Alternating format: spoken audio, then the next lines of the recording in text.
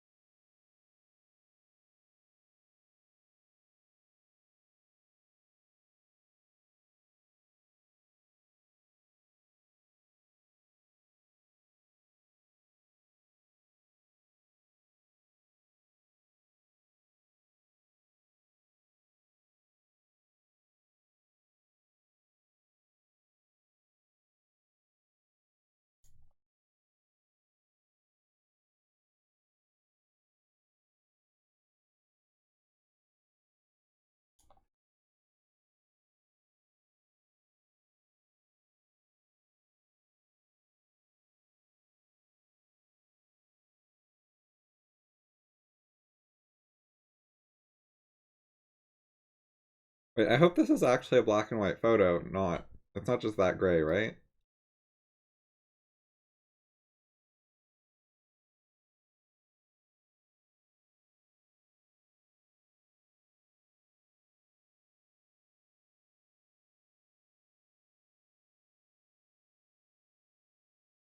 That is not a black and white photo.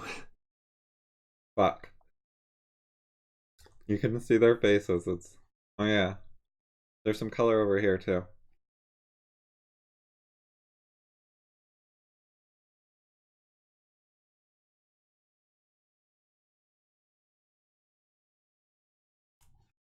Color, color, color.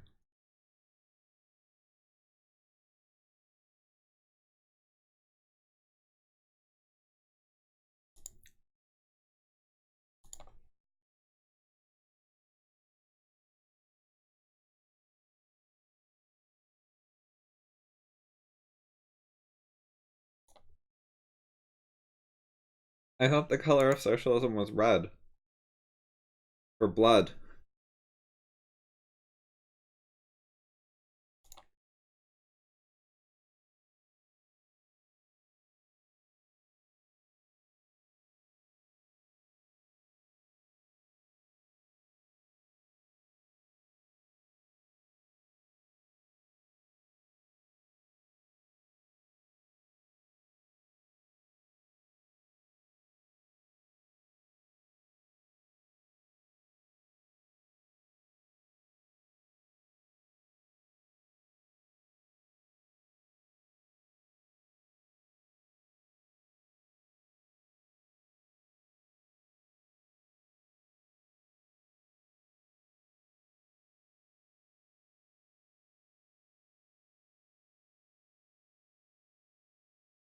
There seems to be a lot of nondescript clothing, like solid colors.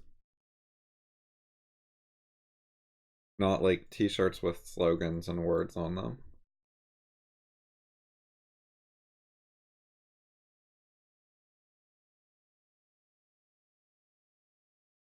Aha! Oh, it's a propaganda billboard, not an advertisement. I see.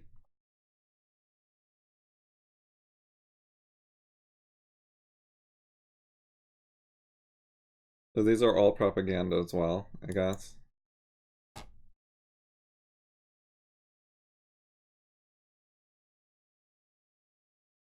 That sucks.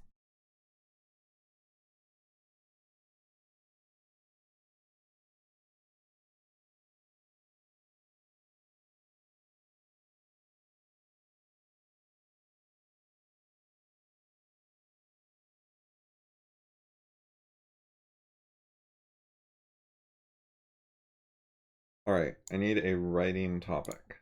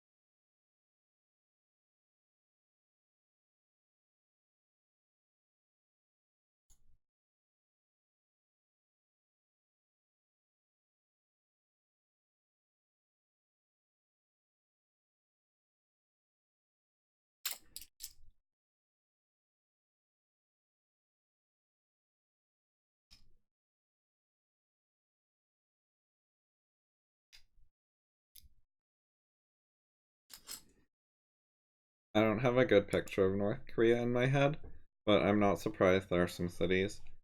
The world is like modernized enough for them to like manage to buy concrete from somewhere or find out how to make it or shit like that. Like materials and technology are available. They get outside help. They're not like completely cut off.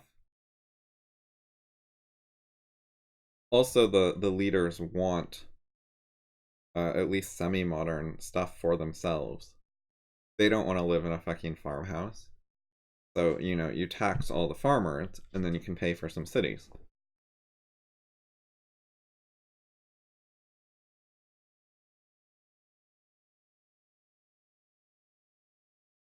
There was a quote or statement I read somewhere.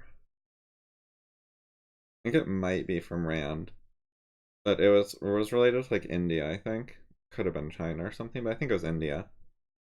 About the like Maharajas or the local like warlords or whatever they are from the past, and it was saying how they would take grains of rice from all the farmers, and if you have enough farmers, those grains of rice you take from all of them can add up to jewels in the hands of the rulers.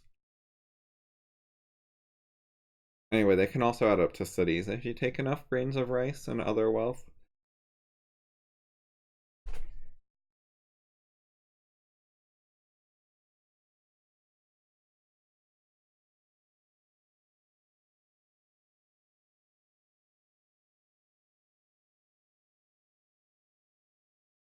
Alright, so I saved this quote because I didn't actually respond to it. So let me reread this.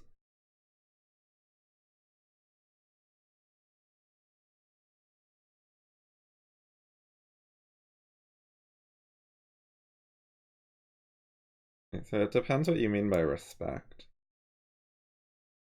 Like certainly for some definitions of respect, like lots is fine. You know, there's a post that's relevant to this that I just reread yesterday. Got it in my newsletter draft.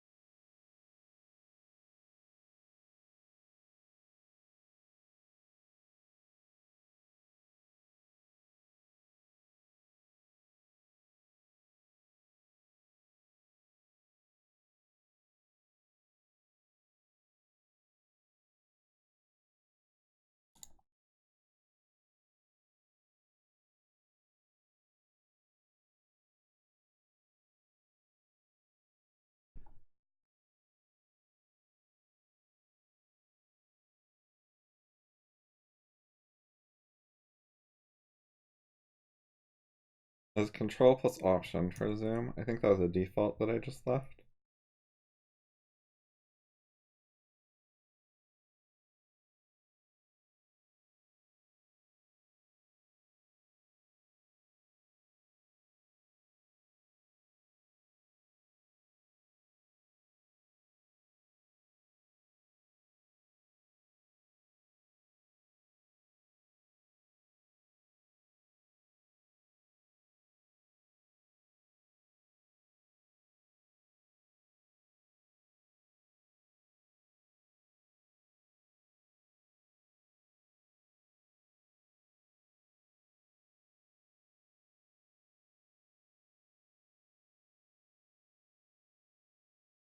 Foil dazed is such a good two-word combo, like former blocks that I was talking about earlier on Discord. When you don't see anywhere, toil dazed. It's just that quote. This one has a comma between them. Rand quote. Rand quote.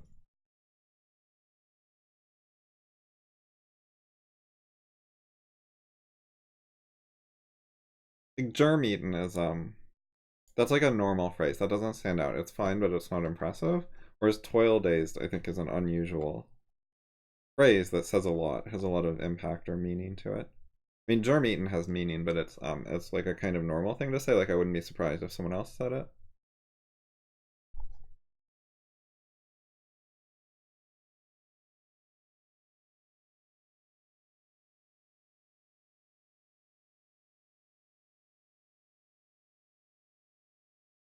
Anyway, yeah, this is what I was mentioning earlier about the grains of rice gathering into gems, this quote.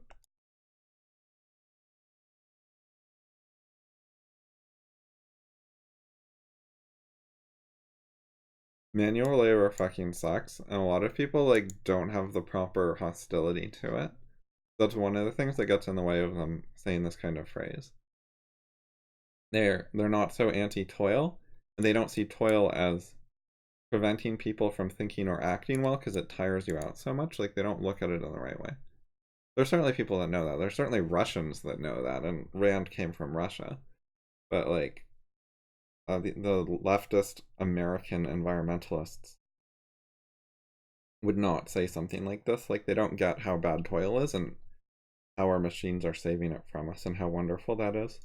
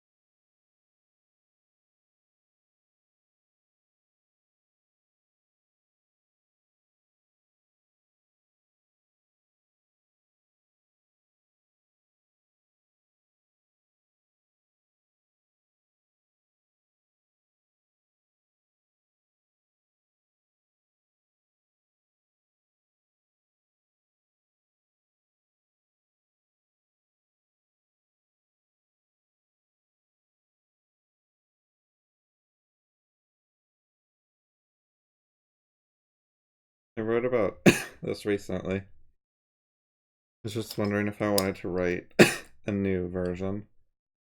Because I like to take important topics and write about them several times in different ways to get more ideas out before figuring out what I want to put in like a final draft.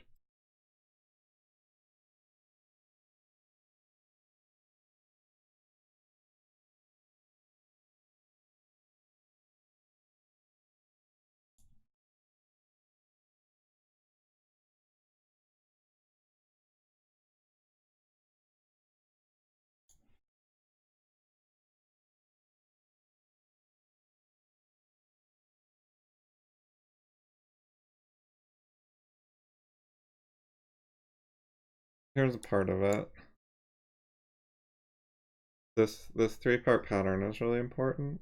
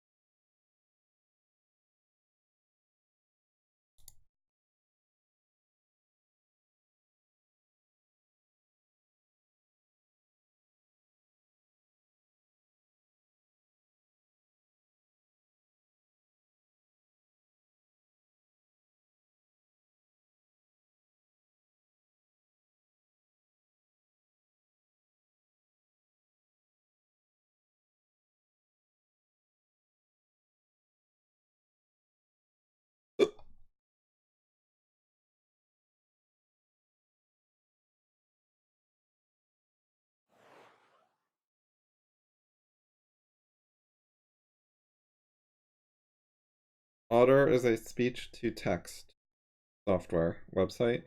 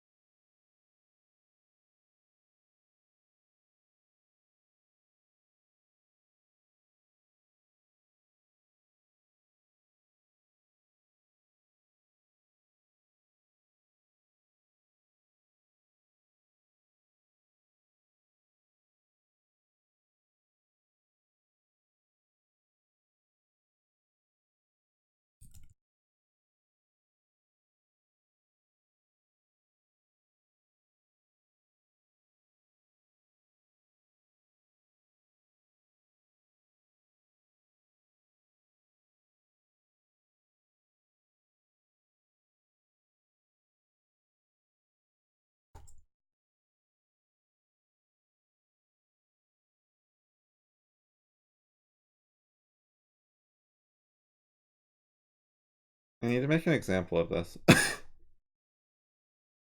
This is too abstract for people.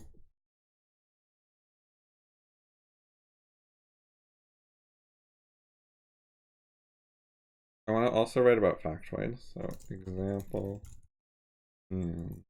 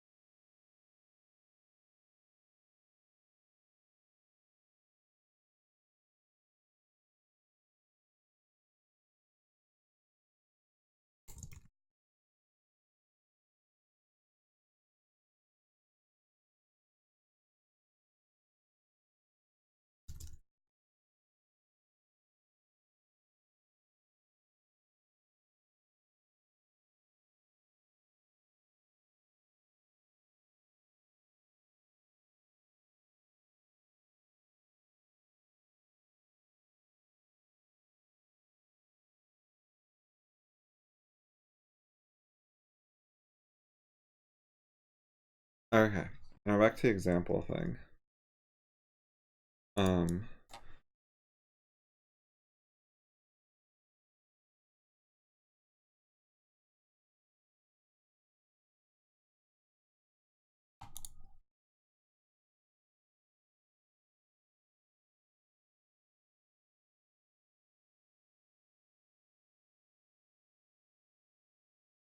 I'm not a fan of Mexico.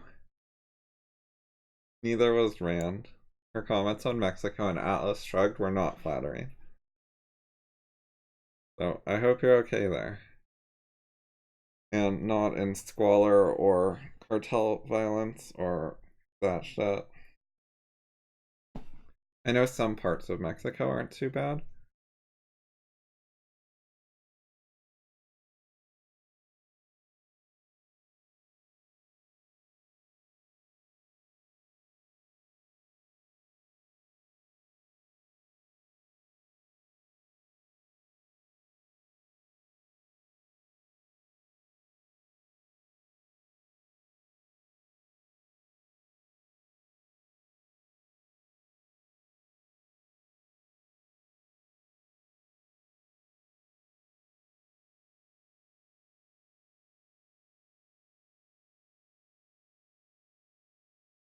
Governor, like, is that sort of like being a governor of a US state? Is it like a big area?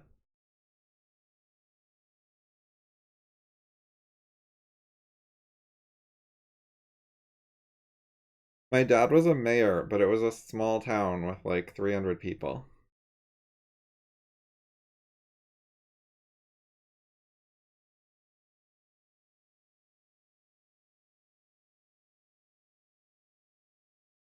And that wasn't like his career, that was something he did after he retired.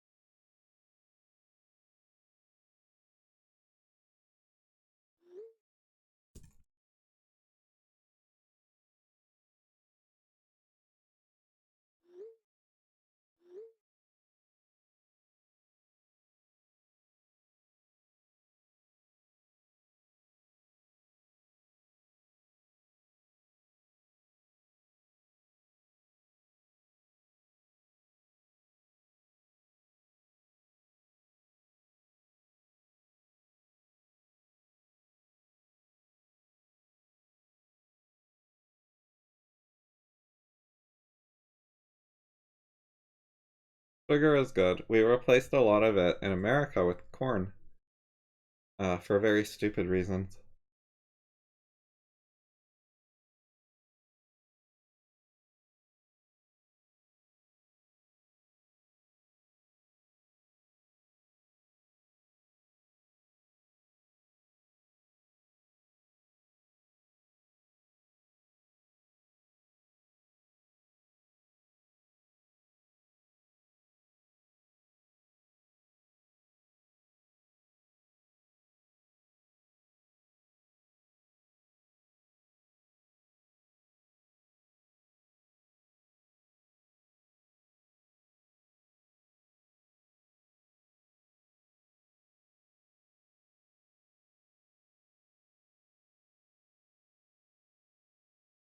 I need to put a title on this.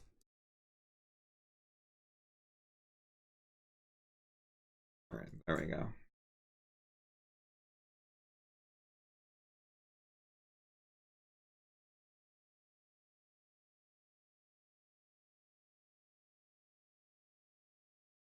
I guess as is better than or.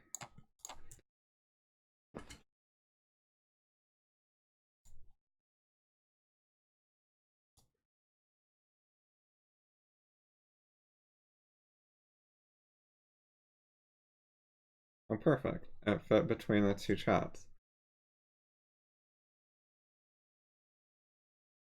Okay, so I need a example explanation.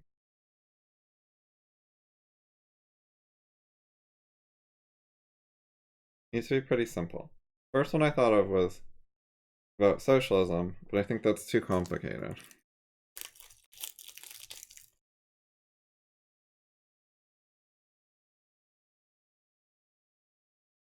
Because, like, if you do an explanation related to socialism and what's bad about it, then when you talk about what does this apply to, it's going to be like, which economic systems does this apply to? And then you're going to have to, like, talk about different economic systems, and it's going to be complicated. So I want something way simpler than that.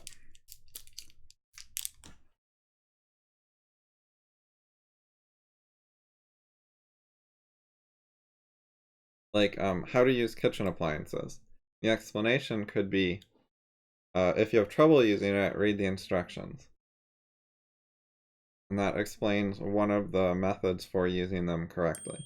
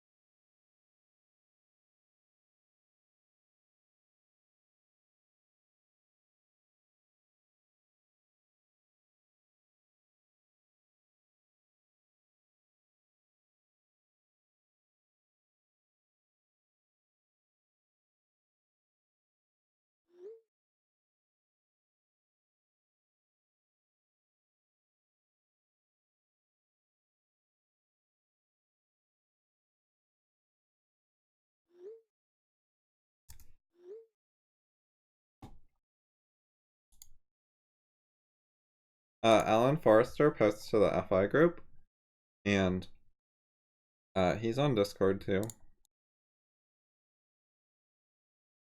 Alan 4.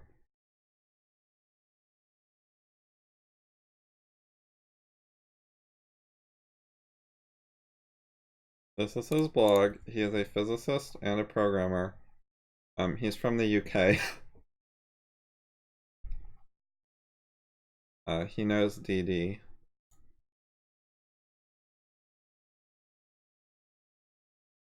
He's one of the people like Justin that predates me by a little bit with finding the discussion community.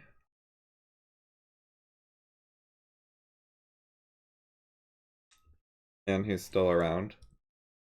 Because most of the people from almost 20 years ago have like quit.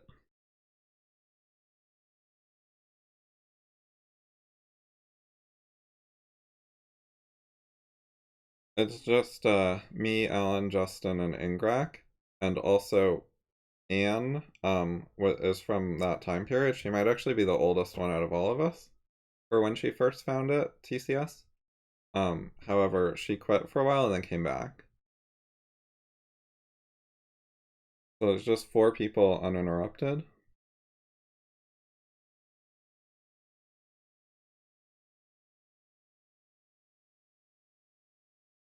The next oldest people are like Just and Kate and Elisa and Cass, who are roughly from the time period of when BOI came out, like 2011 instead of 2001 or 2 or 3.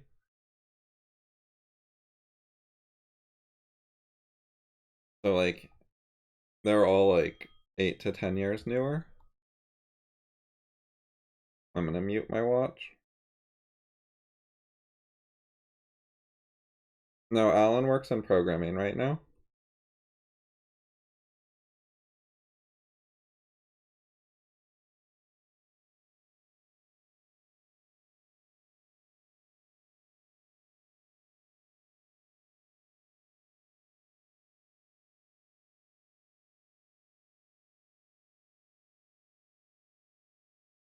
Alan reads a lot. He's the only person who might have read more than me. I'm not sure. Of the FI people.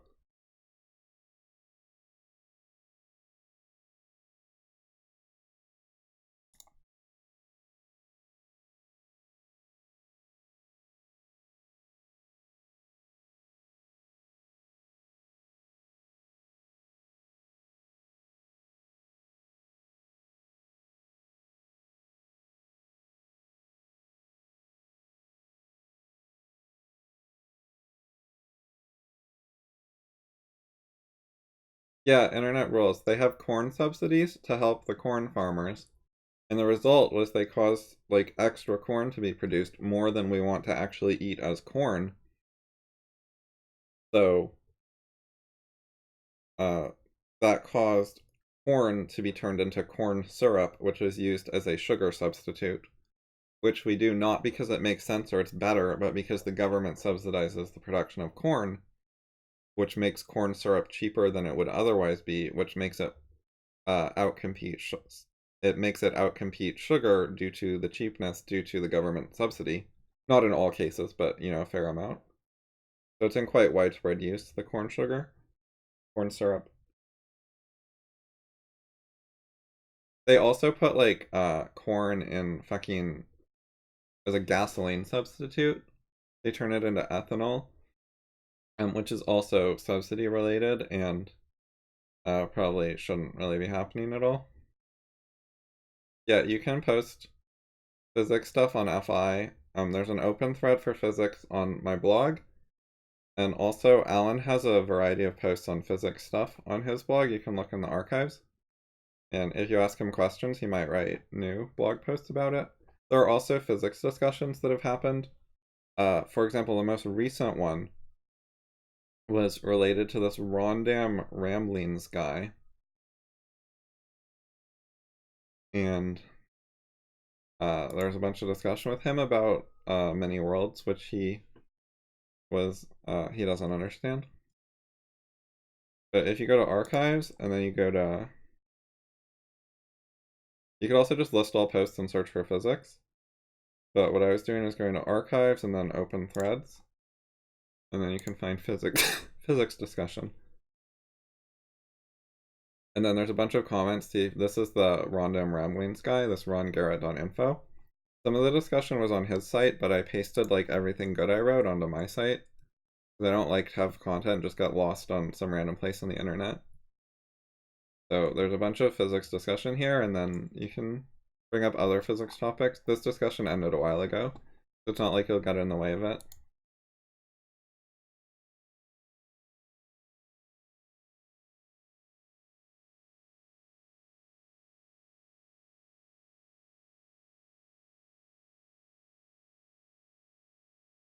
Yeah, I've heard that about Mexican Coke as well.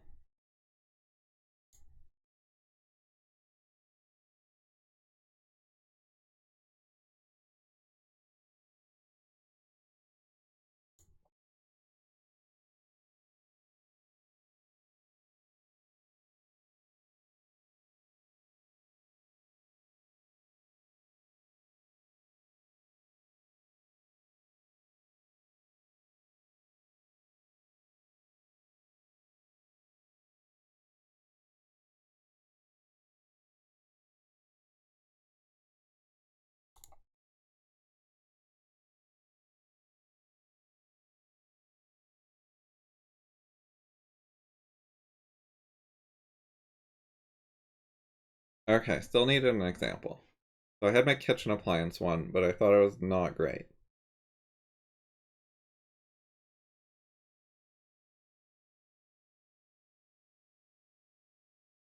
I think it's too simple in a way. People will be like, what does it apply to? Kitchen appliances. Does it apply to a dog? No. Does it apply to a toaster? Yes. That's like a really trivial example. Maybe it's fine. I'll just do it.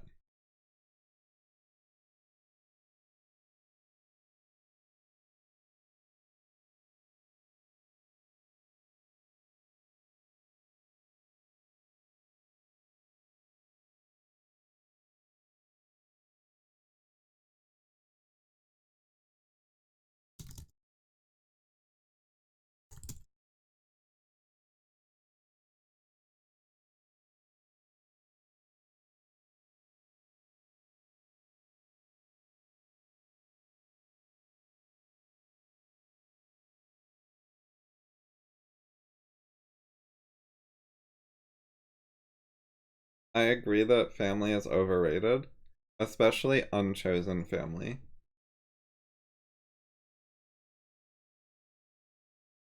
Because like if you marry someone, that's someone you chose. It's not the given, but like your parents or your siblings are things you did not choose.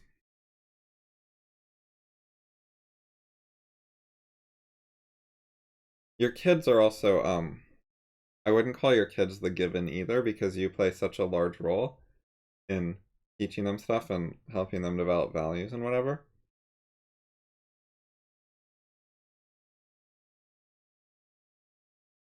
Some people think their kids are like givens in a lot of ways, like they're just born, I don't know, smart, dumb, social, or introverted, or, lots of stuff like that. People think it's just inborn, but it's not. They're bad at controlling it, so it's given from their perspective because they don't know how to control it, but there's actually a lot of stuff they did that was relevant to where it came from. And they should take more responsibility for what their kid turned out like, even if their kid disagrees with them a lot and is a different kind of person than they are.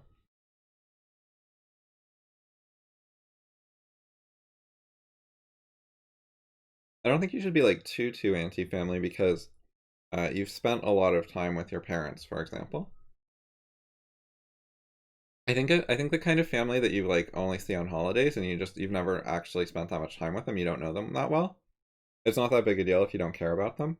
But with your parents, if you've had like thousands of conversations with them and whatever, then at that point they become like an old friend, at least, And you've lived with them a bunch, so like an old friend who is also your roommate for an especially long time. There's a lot of a relationship there. So even if you didn't get to choose your parents, you have interacted with them a huge amount. So now you have past investments in them, which you could call a sunk cost if they were being like really terrible, and you could just say, fuck it, I'm out. But if they're being like decent and okay, then it's a bad investment to throw away. Like you can still get some value from it. There's value in people you know really well that you can interact with in a different way than with strangers. With strangers, you always have to sort of be careful and like ask a lot of questions and you can't like assume much. Whereas with people you know really well, you can like predict what they think and what they mean better. You can understand them easier. You can take like more shortcuts. You can be sort of comfortable and relaxed in a way. There's less worry about misunderstandings, and if there is a misunderstanding, there's less worry that they're just going to hate you. So there's some good things about that apply to your parents and also your long-term friends. Like if you have a long-term friend and then you like get into some philosophy and you have a big disagreement about the philosophy and you might say, oh, he doesn't like objectivism, he's a bad person. There's still some value in that long-term relationship because you've like learned things about how to get along with each other and how to do certain activities together or whatever. So there's value in that.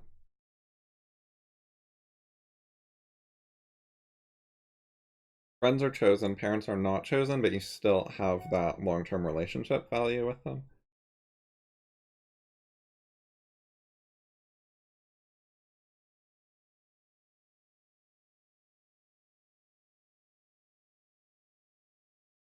I don't think that's the whole issue with introverted and extroverted. I think there's a bunch of other factors, like social skill level and like knowing how to do high status social behaviors in public around strangers. Like that's a skill some people have learned and some haven't.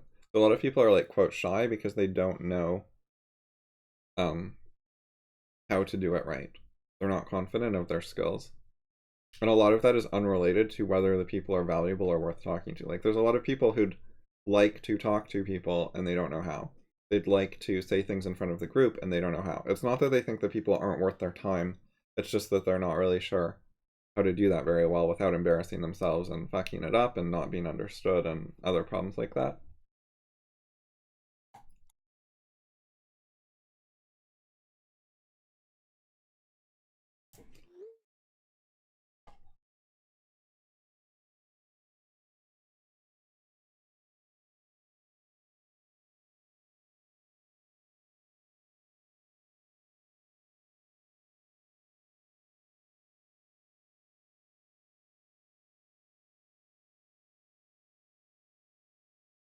A lot of the like nerdy shy people who are like loners or whatever, they'd like to be part of the popular group. It's not that they think the popular people are actually bad. the nasty things they say about them are just because they're excluded and they want to say, the grass is green over here where I am. But if they actually got the chance to join and they figured out how to do it effectively, a lot of them would want to.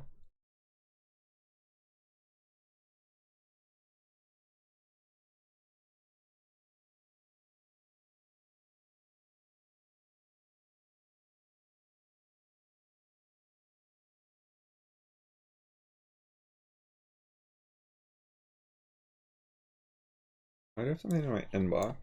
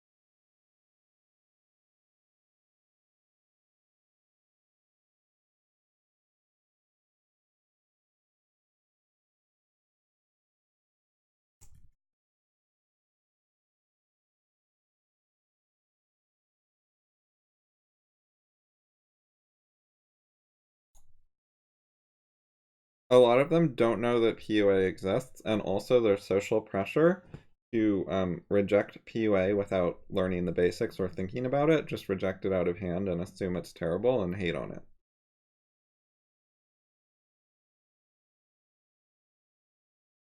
And a lot of people assume that it won't work. They think, because there's a lot of stuff about how to get women or how to date or how to be more social, which doesn't work very well. Like the vast majority of the advice in this area is not very good. Although even a lot of the not great advice is better than what some people are doing. But I think a lot of people could benefit even from reading mediocre advice. But anyways, it's hard to figure out which is the good stuff. You'd have to like review multiple different things and then judge for yourself which ones were effective and maybe even practice them and see what works. So it's like a whole learning project, and most people don't do like learning projects and like research alternatives and blah blah blah. They maybe just try one thing, and if it doesn't work, then they assume like all of it is shit.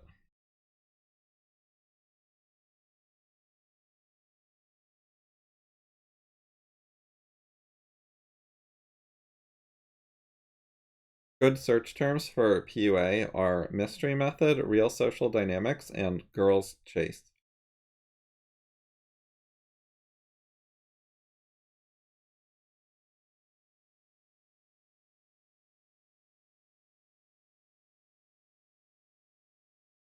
It's on my reading list. I have a couple of things there. There was also an old VH1 reality TV show where mystery taught uh, clueless nerdy people, and over the season they got much better at it. I thought it was a good show.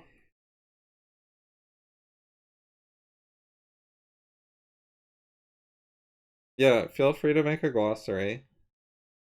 Um, it's just like someone had the idea of making like a list of beginner links. It might have been you, but it might have been someone else. I forgot. But anyways, you can do that yourself and then post it somewhere. If you're in doubt about where to post it, you can just post it as a comment on the Curi blog, and then it can be linked to in the future because every comment gets its own link and it'll be there permanently. So you can make your own like new person guide, and you can post it on the FI posting tips thread, for example, would be a good place because that's a relevant topic and also it doesn't have a million comments. If you post it in the open discussion that has like 500 plus comments, it'll get like a little more lost. But you can post it anywhere and it still works.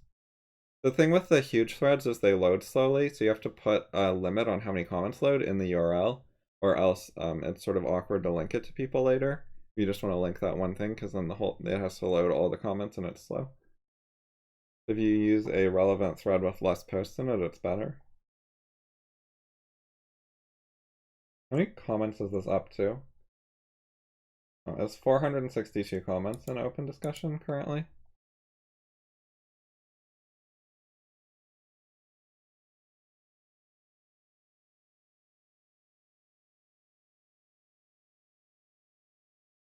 There are a lot of superficial arguments for like why not to learn PUA and what's bad about it. Like it's manipulative and you should just be yourself. And people haven't really thought these things through and they don't know what the counter arguments are and then they just dismiss PUA and don't want to think about it. But yeah, PUA says that how to be effective at courtship stuff is a learnable skill, and it is a studyable area where you can use the scientific method. Those are two of the big things they said. Those are some of their like basic premises that they developed out from.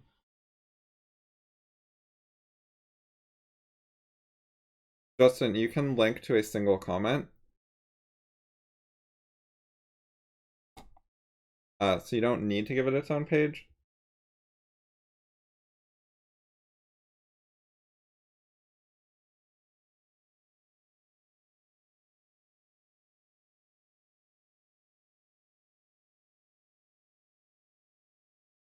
See, here's a single comment.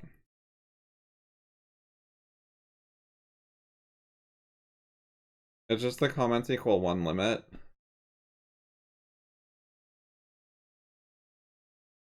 Oh no, wait, I linked it wrong. You have to use start equals. Um, this happened to be like the last comment on the page. But let me get a different one. I just want to go in the middle. Alright, here we go. Skyline on learning how to learn. So we're going to try to link this one. To link this one, we need to do is... I think this is it.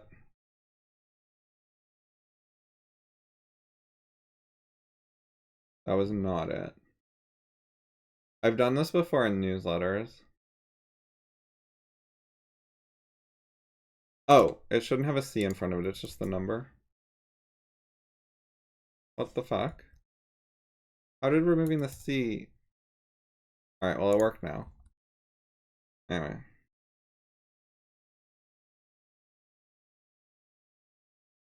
If you limit it to one comment and you put the starting number, then you will get a single comment.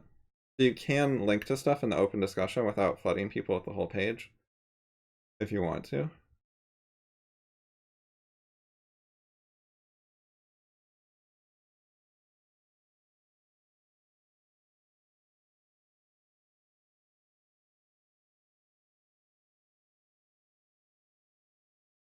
Yeah, I used this for my newsletter a few times.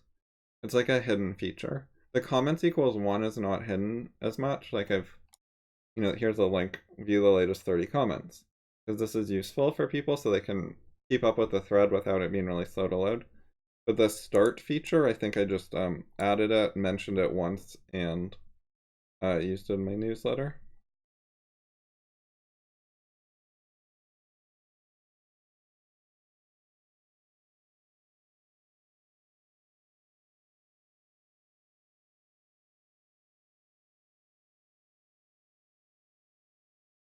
Well, this will work, right? For Instapaper?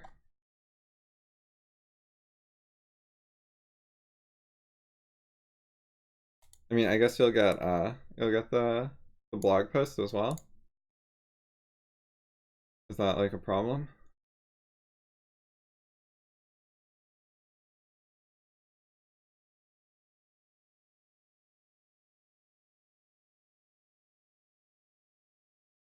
I guess I could make like a single comment thing. Alright, let's do that. That's not gonna be hard.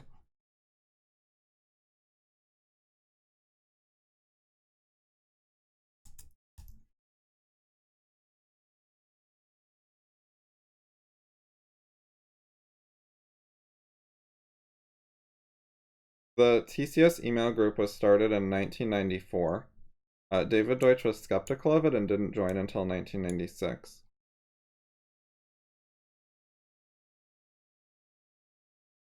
I don't know when the IRC room was started, but when I joined at the end of 2001, there was an IRC room, and there were several email groups. There was TCS, there was Autonomy, Respecting Relationships, there was TCS Society for like politics, and there was the Fabric of Reality group, which Alan was the moderator of.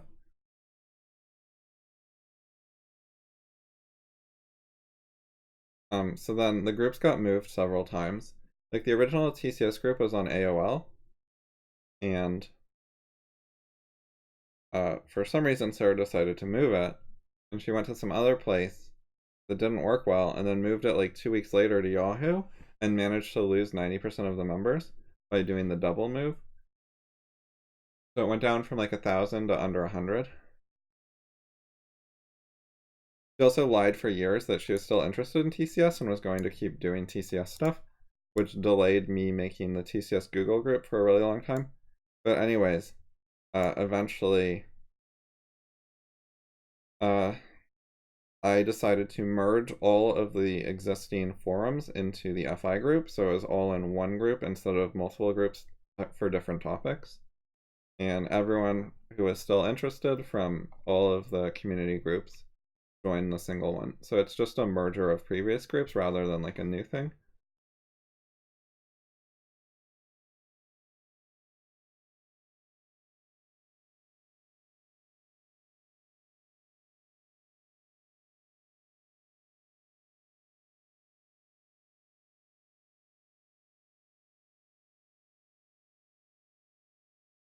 The FI group itself was started in 2013, And the FI website was came out in 2010, but the community goes back to 1994.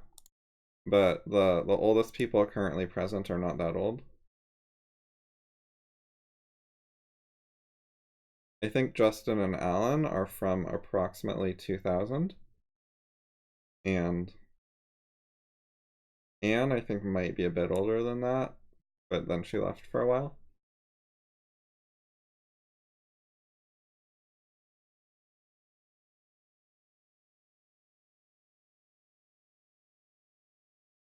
But it's been a single community with continuity over time since 1994.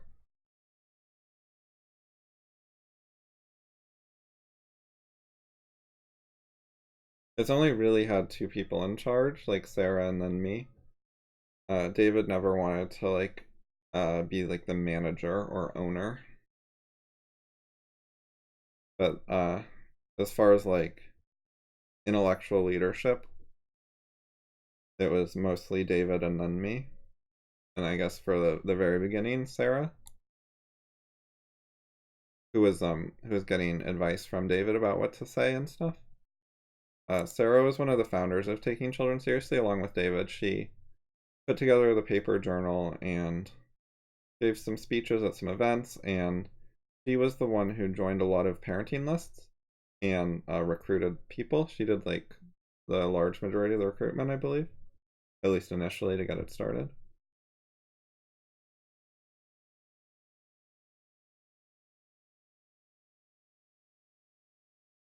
If you go on the if you look at TCS articles from the past, you'll find some by Sarah.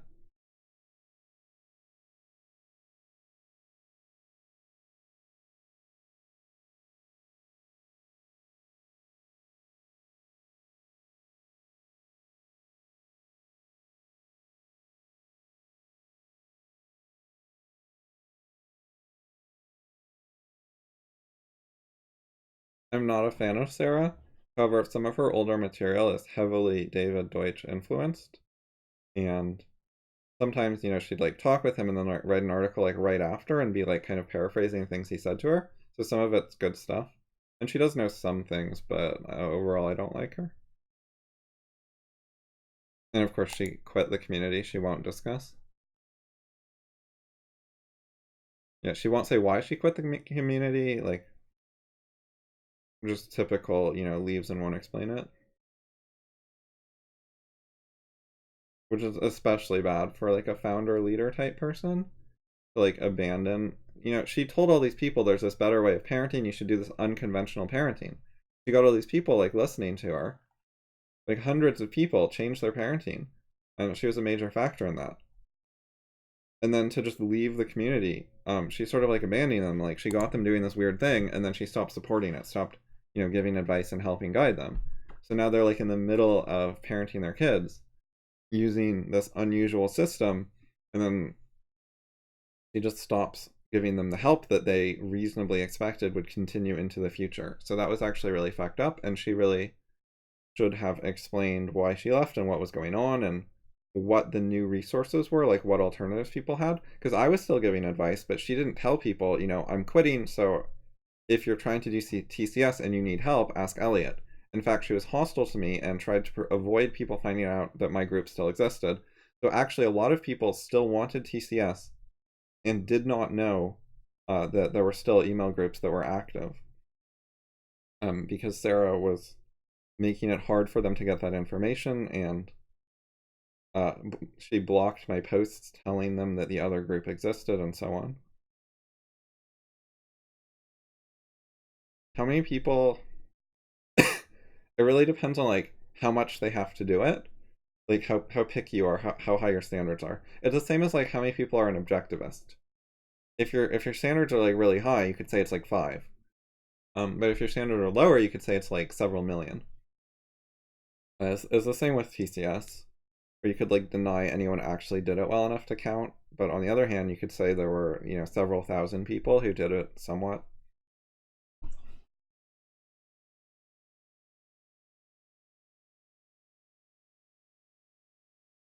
There is not data. TCS people were discouraged from posting about their children, or like private information, and also discouraged from trying to make their child a poster child for TCS. It's not the child's problem to be an example of TCS and have his life and intelligence and whatever else judged, so people could invalidly judge whether the philosophy is rational or not based on whether that particular child turned out well. So we don't want to put children in that position.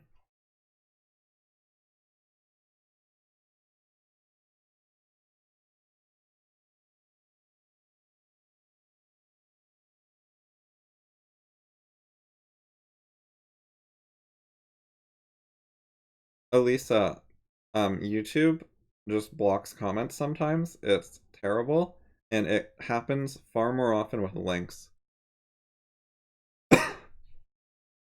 A lot of links get blocked. I'll switch to live chat. No, I didn't. Your comment's still not there. Even when I switch to live chat instead of top chat. It says all messages are visible, but it doesn't actually make the messages visible. They're fucking liars. Yeah, Sarah and David could certainly go on the list. Feel free to contact Alan and suggest he add them.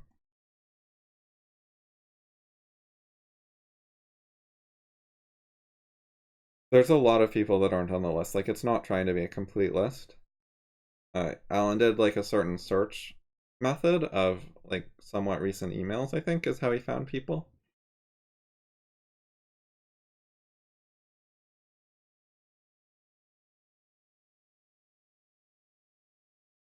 Later. I mean, it kind of seems like fraud to me, yeah.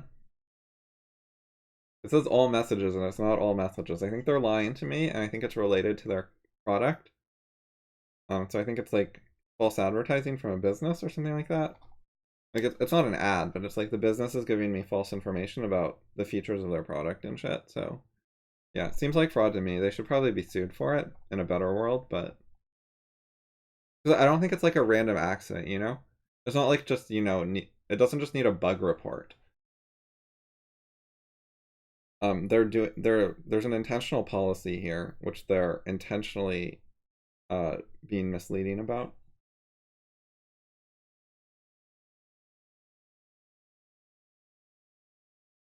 It's not just like a careless mistake that no one really paid attention to.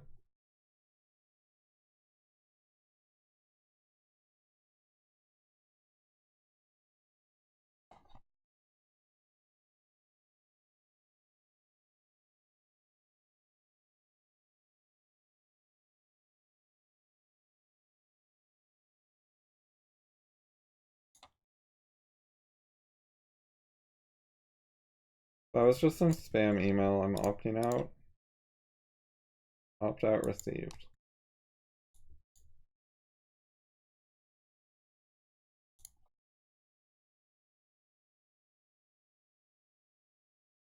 Oh, really? See, a lot of times that I've had messages blocked, it told me they were blocked, or for some people, I think they disappeared. So sometimes they can disappear, or they can actually say, like, your message, error, not posted, or whatever. The fact that it showed up on your screen and not mine that's, like, really nasty.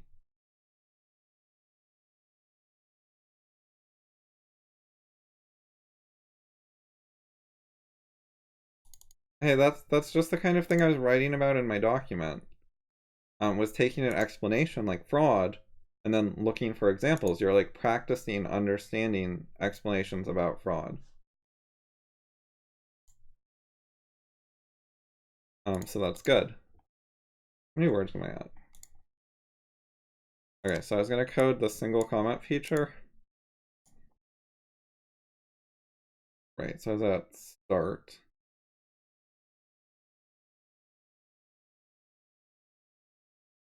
There we go.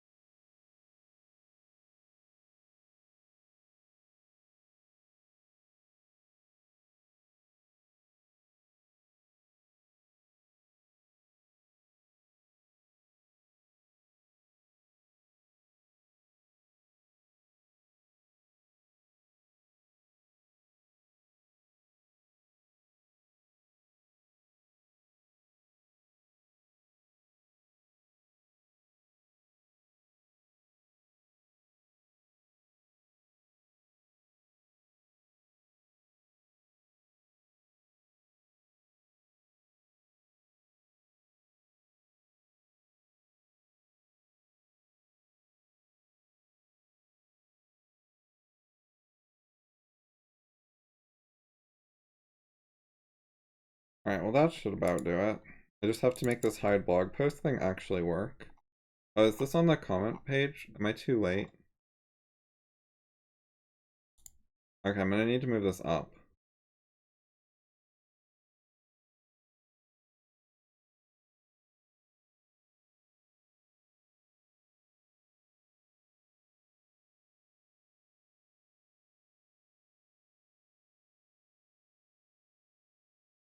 Because this is before we actually display the post.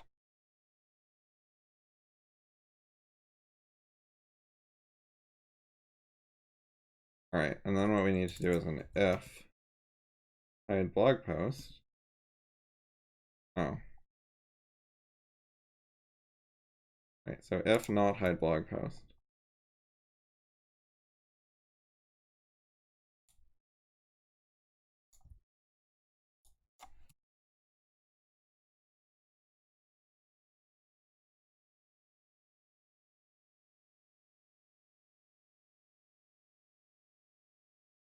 Alright, well that should do it. Shit's a bit buggy for running a test server or my tests.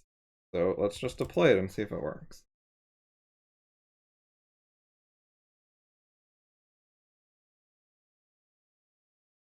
Is it done deploying? Oh no, it's not. Okay. Deploying blows the cache and deletes everything. There we go, and then we go to like this and typo alert. Okay, so we didn't break everything. Now we're gonna take this comment and we're gonna single comment it. So we go single comment. That did not work.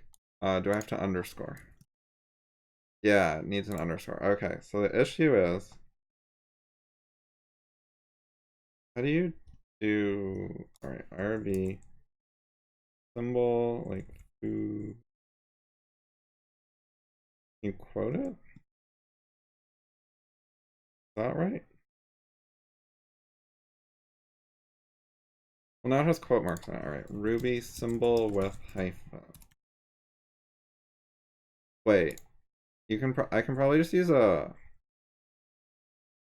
string instead of a symbol. I'm pretty sure it works with both, so.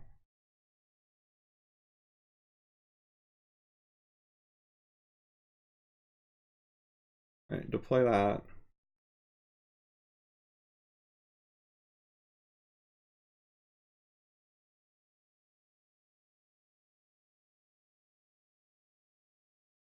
Oh, the quote thing was correct. It just displays with those quotes in that particular place.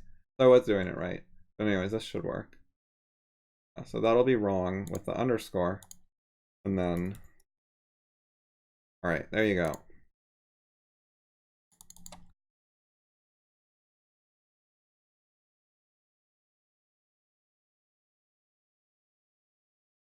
I need like a show post button. So I will add that. Okay, so it's if hide blog post, we'll do show post and then percent else.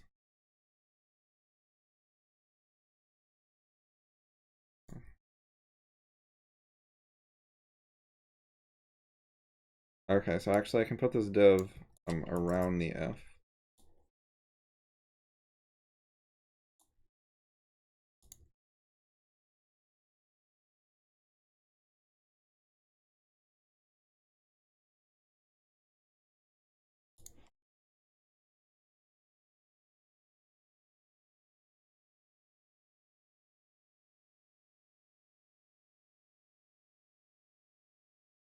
Okay. Oh, it didn't work. Okay. Oh, oh. Link to show post. And I just need to figure out how to link to the actual. Oh, permalink at post. All right, there we go. This is what we need.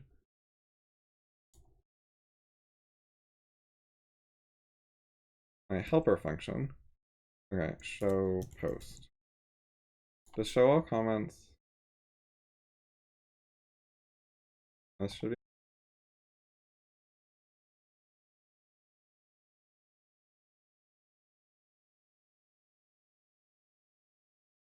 I mean, I could do that.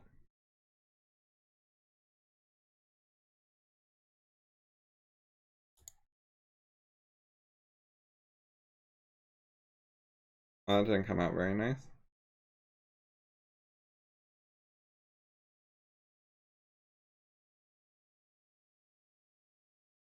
YouTube apparently ate that with its fake URL.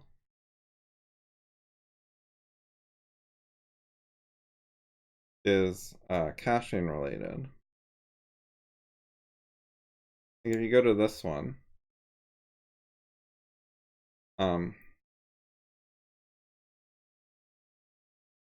it loads super fast because it's not reloading the page. Whereas there are these comment show links. This shows a single comment, but it shows it on the post page, not individually. And when it does this, it has to redirect.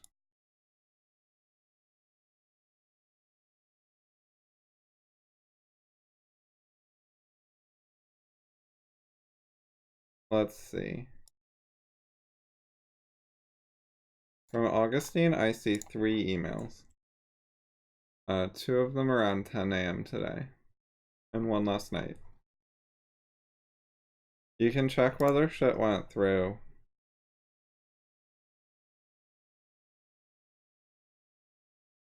And you can find the thread and see what posts are in it. And we scroll down, and here's like extra posts from Augustine.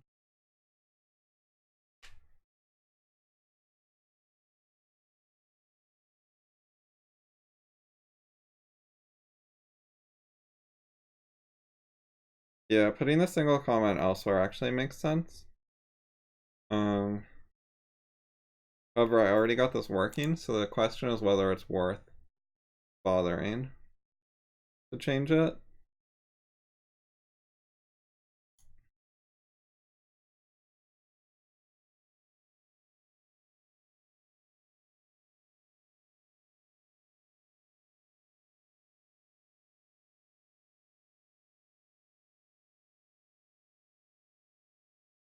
Oh, so the post partial.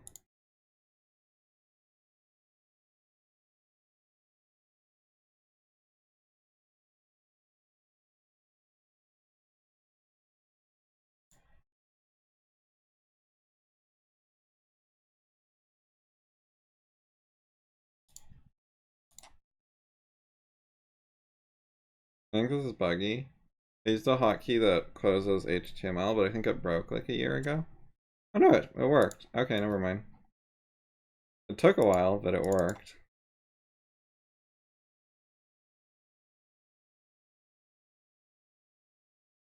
Soft wrapped is unnecessary. On 2 words. Oh.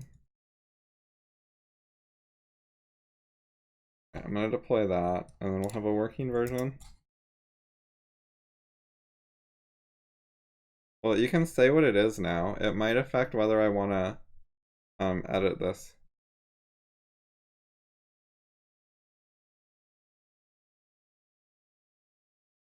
Alright, well that looks good.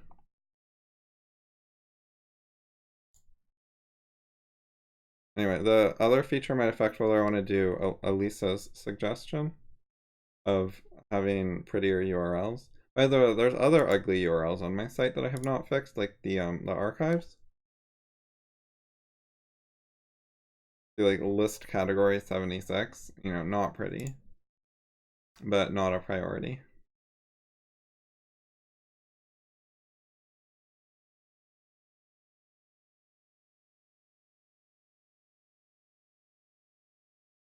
Part of what's good about the way I did it is it's easier to remember if you're familiar with the other features I already have, where you can add query string shit about start or comments.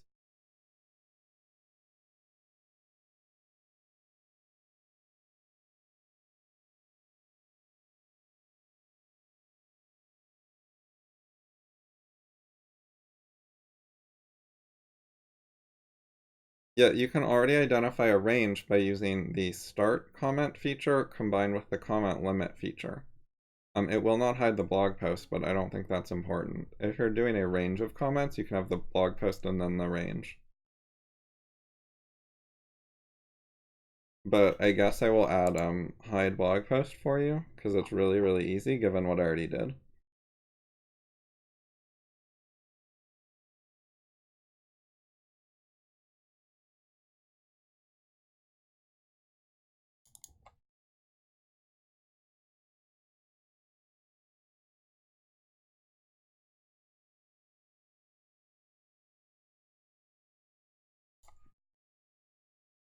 Um,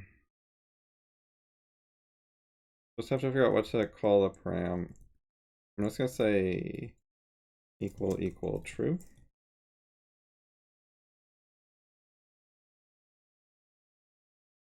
I think it just makes the param a string. So there you go, hide blog post. I will deploy that. So you can now add hide post in addition to using start and comments. Comments mean limit. I'm gonna add a synonym.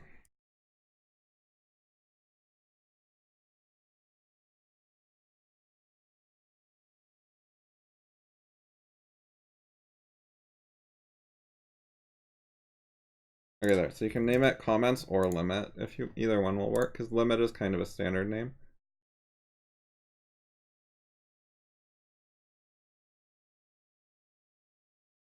Okay, so now we're on this post, and we can put limit equal 4. And now we have 4 of 44 comments. Then we can add and hide post equal true. Actually, I'm just gonna make it simpler. You can use the equal true, but I'll just do dot present. So you put like fucking anything, even false, it will work. So you can use like hide post equal 1 or hide post equal yes, or hide post equal philosophy, and it will hide it. Oh, hold on, Augustine. So you had a fourth post, I guess. Let me go look. There is a spam filter, and it does not notify me when stuff goes in the spam filter until like a week later, which is kind of ridiculous. There are 2 pending messages to review. Okay, so I take it that the second one is a duplicate, so I'll approve the first one. And then I should delete the second one, right? Just let me know. I don't want to delete it without confirming.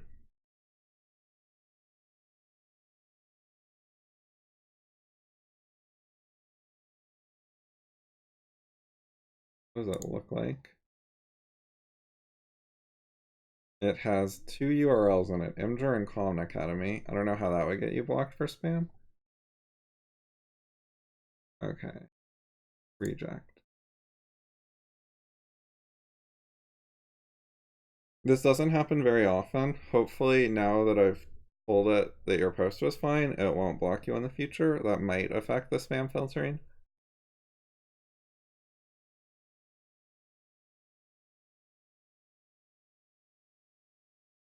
Anyway, yeah, the syntax I'll be stuck with if I have it, but I don't think that's a big deal.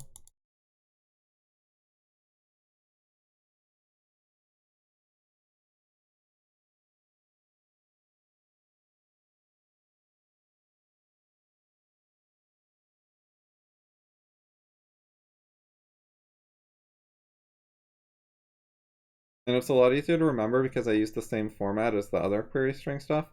Whereas if it's like a different URL rather than a query string parameter, people would have to like remember what it is. So I think I'm like okay with this. It's not perfect, but there's like other stuff that's not perfect as well.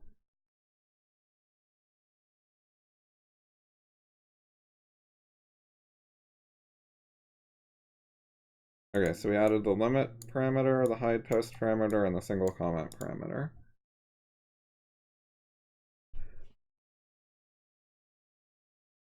To go with comments and start.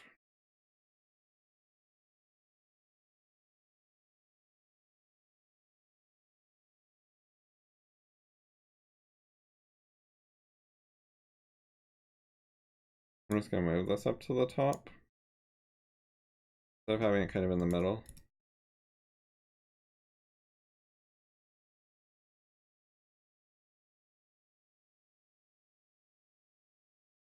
Okay. Oh, wait, is there a missing end? Oh no, this tag doesn't have an end. This whole thing's a single tag. Is there an extra tab? Yeah, there was.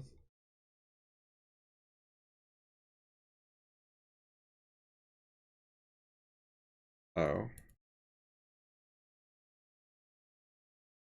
Where did it get fucked up? Here? No, it's here.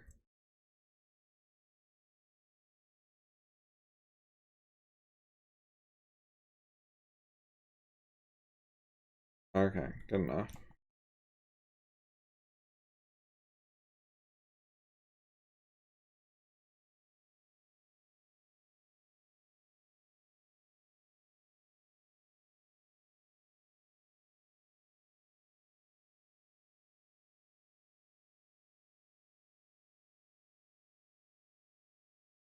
Justin, you might want to screenshot this so you have a record, a documentation of what these features are.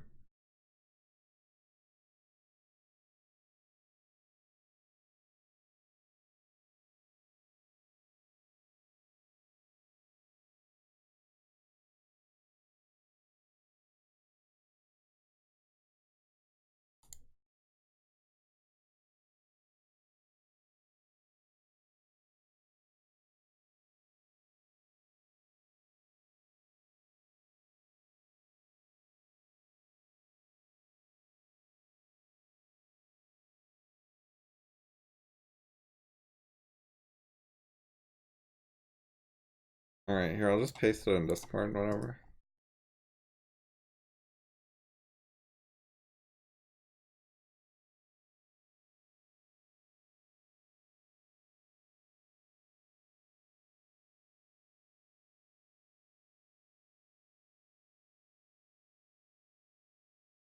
That's reasonable to start with, like, writing it yourself before sharing your writing. That's, like, a good step. It's just to get more comfortable writing things at all.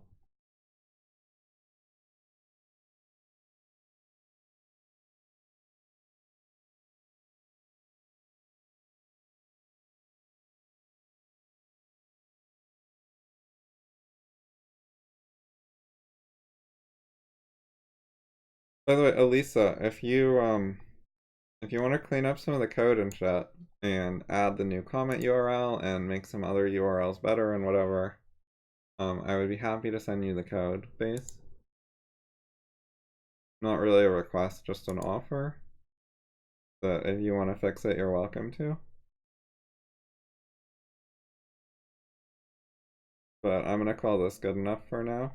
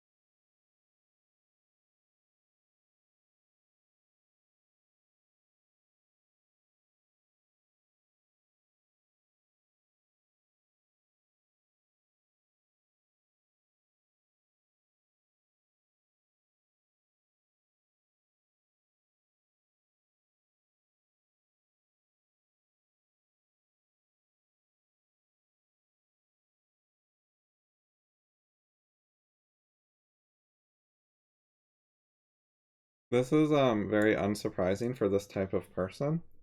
They tend to not want broken links and to want the materials to be available to people and stuff. Like they want things to be sort of like correct on their websites instead of to be like careless and sloppy. So yeah, it's kind of like is the right type of person to email errors to who will actually fix them instead of denying it was an error or some shit.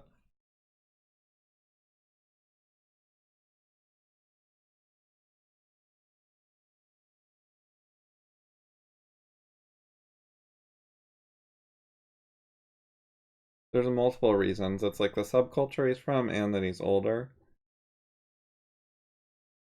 and that he's smart,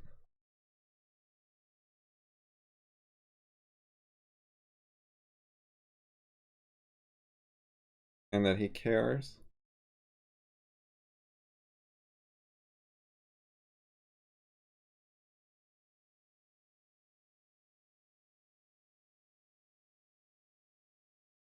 This question is retarded. The greatest number of packages he can make is 39.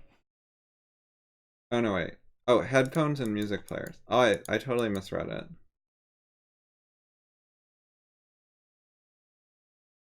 Oh, okay, so he's bundling multiple headphones with the music. It's still retarded. Like, it's confusing. There's a reason I misread it. Who bundles 3 pairs of headphones with every music player? Like, why would you bundle more than one of the same headphones with the music players? It would make a lot more sense to just be like, to sell them separately. It's sort of like just giving away extra headphones for no reason.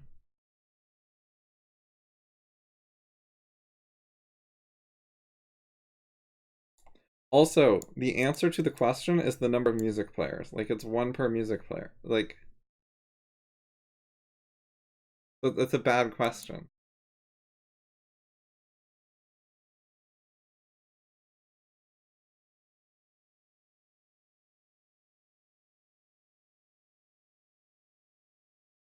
I mean, I guess that's like a very beginner question. Like a easy intro. Two of the lights are flickering. They both just flickered at the same time. One of the lights flickers every 7 seconds, and one of the lights flickers every 8 seconds. How many seconds until both lights will flicker at the same time again? Okay.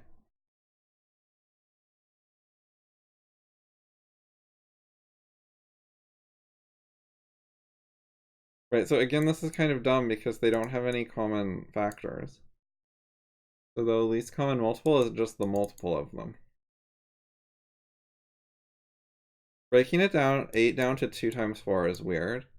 Um, and the reason that's weird is that 2 is a prime number and 4 is not a prime number. Like, you're breaking it down part way, but not all the way. It's like breaking it down halfway. Because you can break it down to 2 times 2 times 2, which is the simpler, that's like the most you can break it down. 2 times 2 times 2. Those are all primes, which means they can't be broken down further in terms of multiplication. But here, you're breaking it down part way by into smaller numbers, but not like going all the way to the smallest numbers. Also, you can ignore the 1. Like, 1s don't matter when you're dealing with multiplication.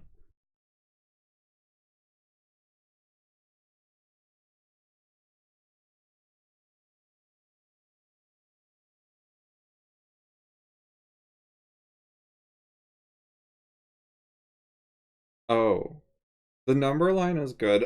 um, Educationally, like if you're confused about what's happening, the number line will help you understand it in a way that the other thing doesn't. So I see the value of this, but I don't think it's good as a technique for solving the problems. It's just good for understanding what's going on more. But yeah, it's definitely slower.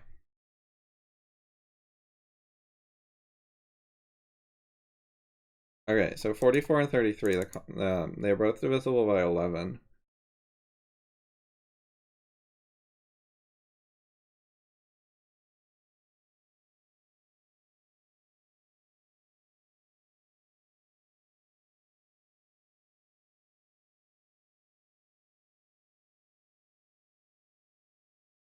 So they've admitted that she wants to cut both papers into strips of equal length. That's not 100% clear. And also, she doesn't want to waste any paper. Because you could be like, well, I can get 2 strips that are 33 wide. I did want it as wide as possible, so I'll just throw 11 centimeters away rather than make them much less wide. But anyways, yeah, 11.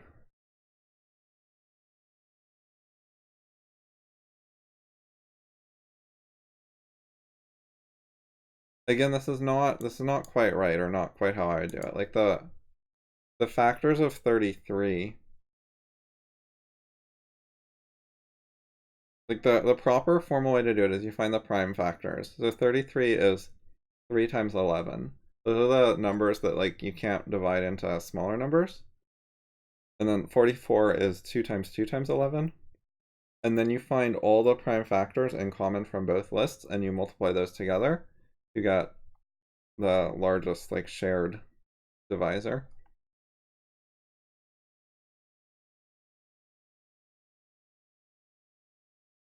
I'm not sure like exactly what numbers are being written out or why. So the primes are the important ones.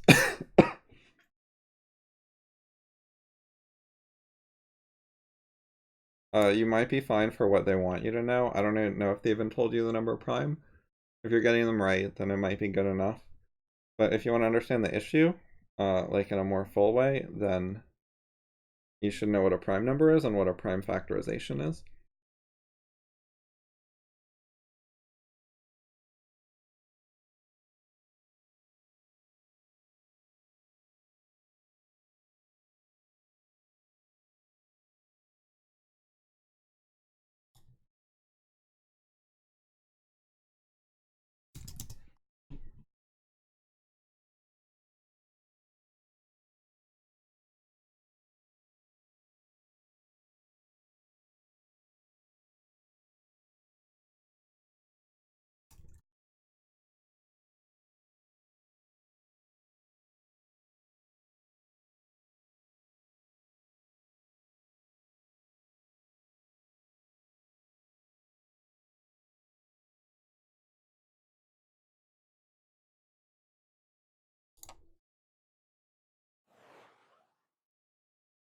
I voted for Trump and liberals mad. I wonder if that's a typo for R. Anyway, good job, you picked the right candidate. Trump was better than Hillary. However, I would not call left-wing Marxists by the term liberal because they are anti-liberal. They're opposed to the original meaning of liberalism, which was related to freedom. Real liberals are free traders. They want liberty for all, not a giant paternalistic government stomping its boot on our faces. Liberalism is supposed to involve limited government, limiting the power of government so you don't have a tyrannical authority oppressing everyone. That's how the US was designed, and that was a liberal idea, a pro-liberty idea.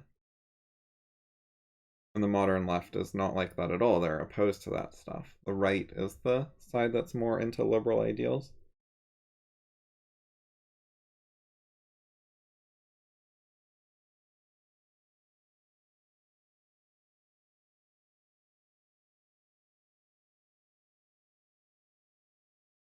That is a long story that I don't actually know that well historically, but they've been at it for a while. It's also the word progressive, very similar. Part of the story is that the Marxists decided to claim that their system was good for freedom and provided real freedom and whatever, because people are in favor of freedom. People thought freedom sounded pretty good. So the liberals were like, we should have freedom instead of, kings and rulers just giving us arbitrary orders. So we want to limit the powers of the kings, and and have a limited government. We want a representative government where the people get to vote and stuff. And then, Marxists came along and they claimed, well, we'll put society in charge. They claimed they were like anti-ruler. And that they were going to provide freedom and power for the masses, and also they wanted to dethrone the kings. So they claimed they were sort of a liberal system. But they were significantly different than the liberal system of free trade, because they did not want liberty in terms of economics.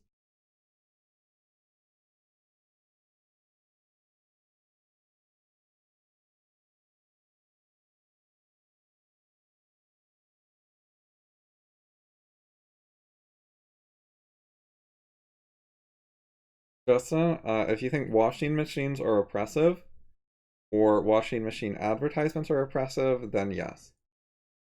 To refer back to earlier.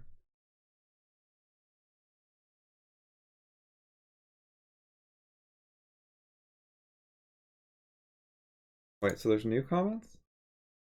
One new comment.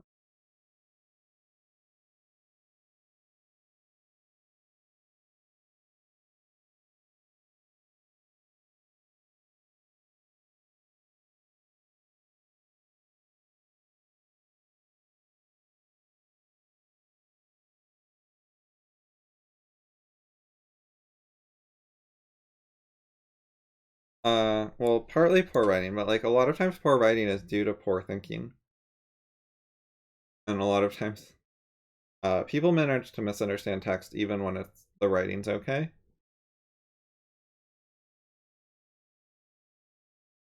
So it can be a poor writing problem. There's often poor thinking involved.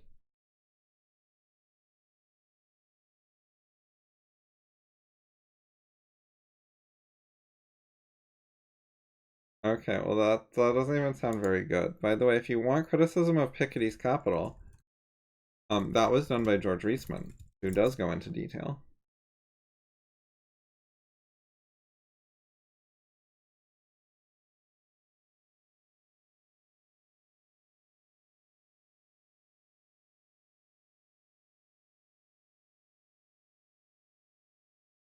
Are these two the same thing? Piketty's Capital, wrong theory, destructive program. Yeah, I think these are the same.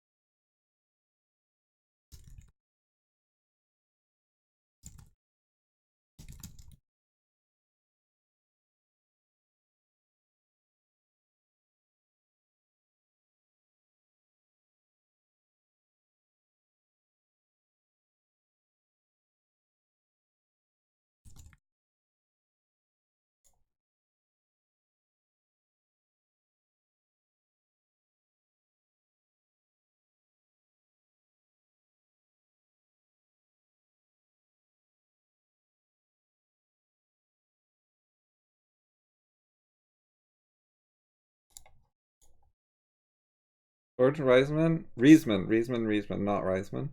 George Reisman is fucking amazing. He's not dead either. He's one of the best. He's one of the best living people.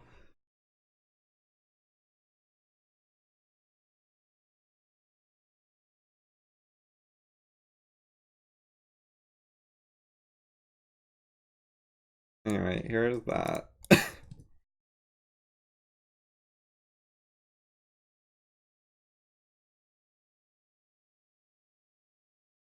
Alright, I forgot the number. 13561. Ta-da!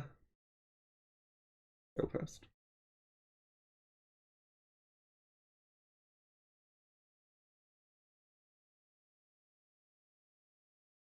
George Reisman is an economist. Yeah, that's his primary profession. He's a philosopher second.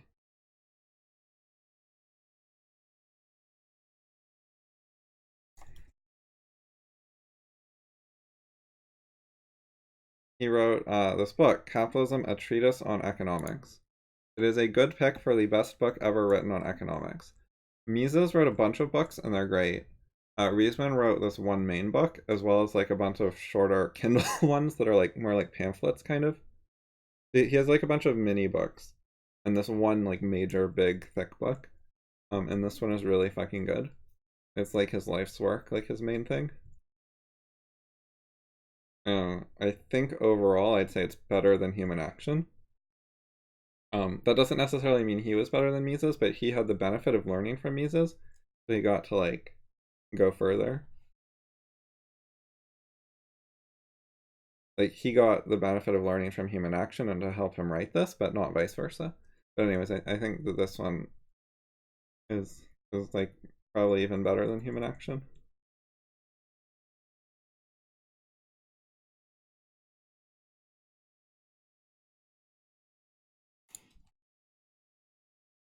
The books on this sidebar here.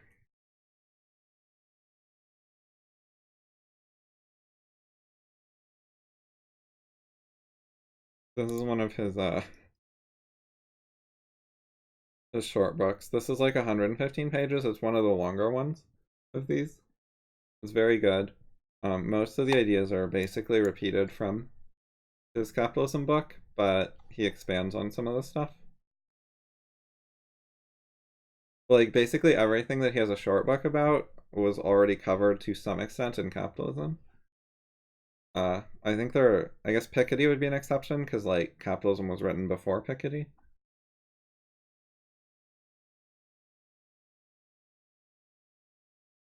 Anyway, for that one in particular, I made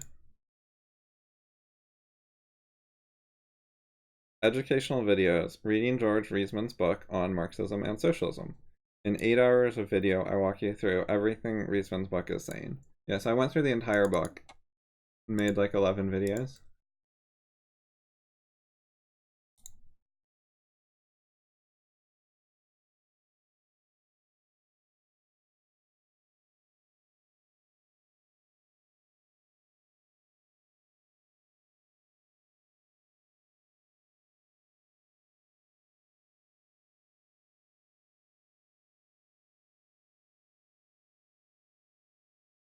I'm gonna BRB.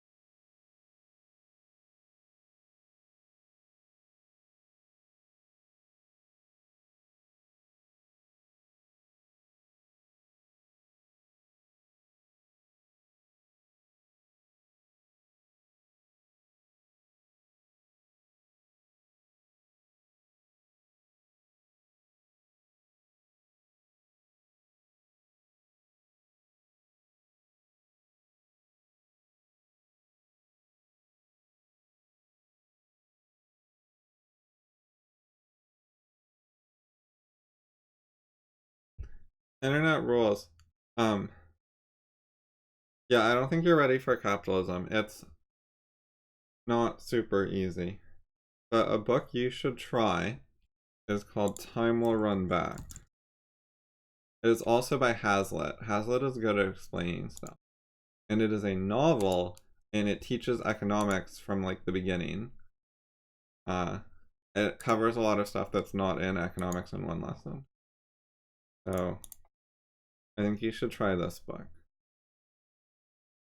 I'm waiting till it actually. I don't remember typing PDF. Maybe that auto completed. Anyway, okay, yeah, that looks right.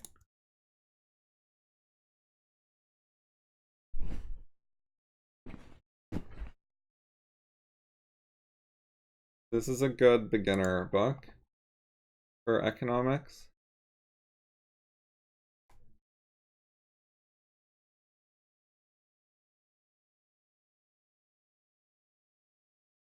Yeah, me and Justin only found this book recently and read it.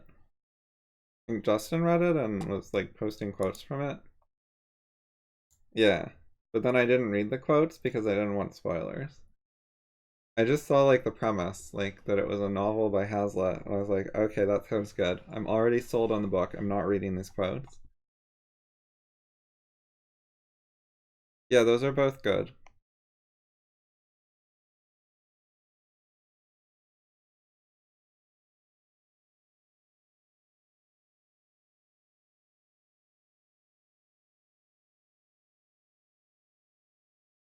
Alright, so Not at a not at 1,000 words yet.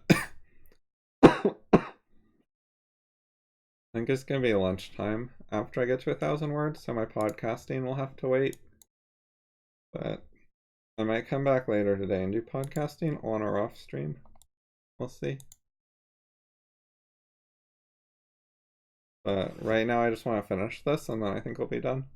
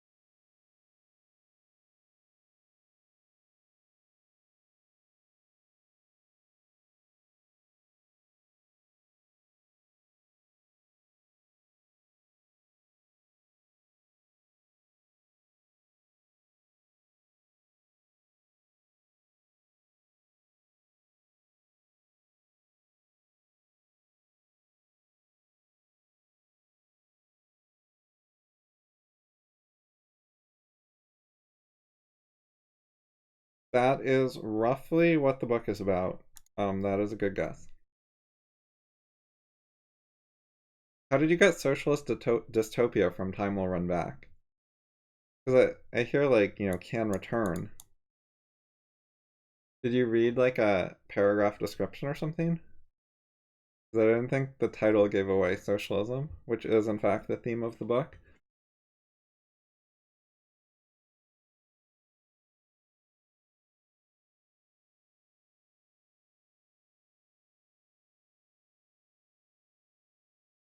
This book is better than 1984 overall, and should be more famous than 1984, but it's not even close.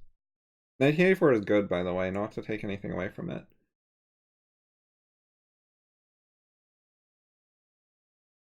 Oh, okay, you got other hints. That makes sense.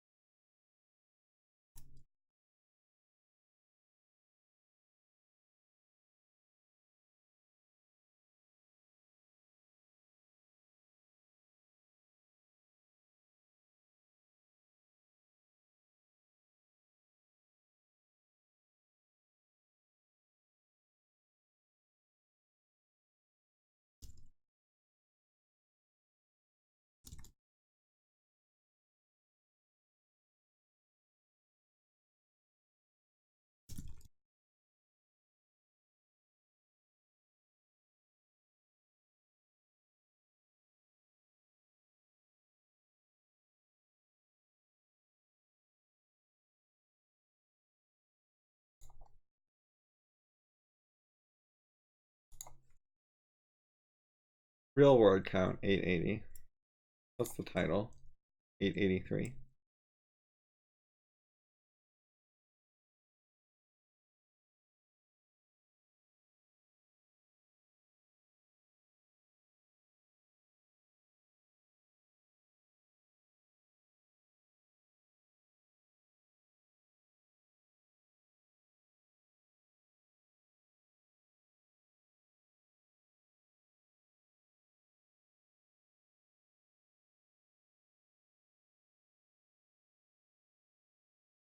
People mess up the most basic shit about how to apply stuff.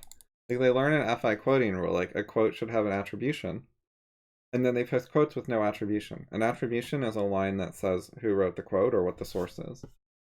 Like Ayn Rand wrote in Atlas Shrugged, you put that before the quote so people know where the quote's from. Anyways, people know the explanation that quotes are supposed to have an attribution, and then they get it wrong. They post quotes and don't realize it applied to that quote. Like, somehow, they don't understand all quotes.